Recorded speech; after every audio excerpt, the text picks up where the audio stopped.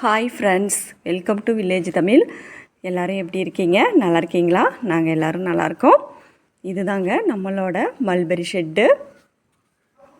பாருங்கள், பட்டுப்புழுவுக்கு தலை வச்சுருக்கோம். 3வது மோல்டிங் போயிட்டு வந்துடுச்சிங்க. நேற்று ஈவினிங்கு ஃபஸ்ட்டு வேலை தலை வச்சேங்க. இப்போ 2வது வேலை தலை வச்சுருக்கேங்க. 3வது மோல்டிங் போயிட்டு வந்ததுக்கப்புறம் 2 வேலை பட்டுப்புழுவுக்கு இலை கொடுத்துருக்கேங்க. பாருங்கள், சாப்பிட்டுட்டு இருக்கு.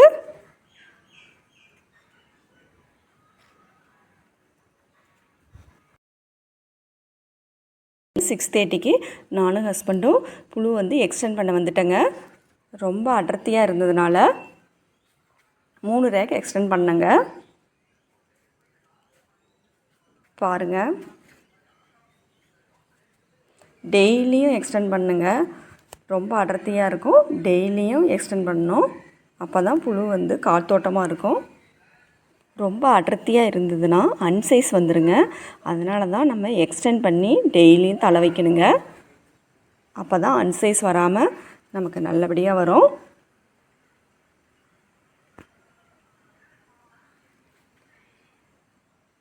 பாருங்கள், தலை மேலே உட்காந்துட்டு இலை சாப்பிட்டுட்டுருக்கு.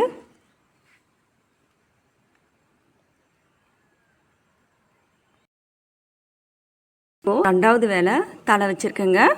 இன்னும் 4 வேலை தலை வைக்கணுங்க. 6 வேலை வச்சதுக்கப்புறம் மோல்டிங் போயிருங்க. 4வது மோல்டிங் போயிடும்.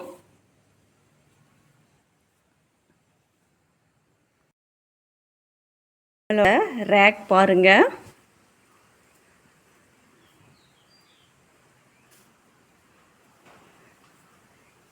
முழுத்தலை அப்போது இந்த ரேக் எல்லாமே ஃபில் ஆயிரும். எல்லா ரேக்கும் எக்ஸ்டெண்ட் பண்ணிடுவோங்க. ஒரு ரேக்கோட எம்டியாக இருக்காது. எல்லா ரேக்கும் ஃபில் பண்ணிடுவோம்.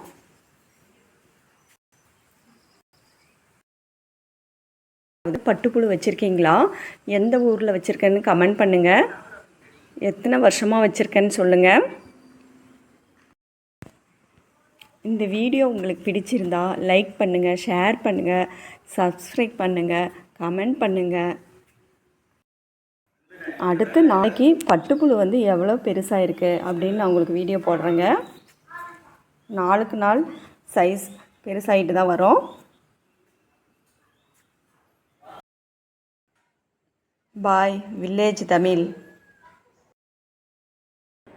இன்றைக்கி நம்ம வீட்டில் என்ன சமையல்னு பார்க்கலாமா? வாங்க. மேங்கோ சாதம், ஒயிட் ரைஸ், வெண்டைக்காய் புளிக்குழம்பு, தயிர். உங்கள் வீட்டில் என்ன சமையல்னு கமெண்ட் பண்ணுங்கள்.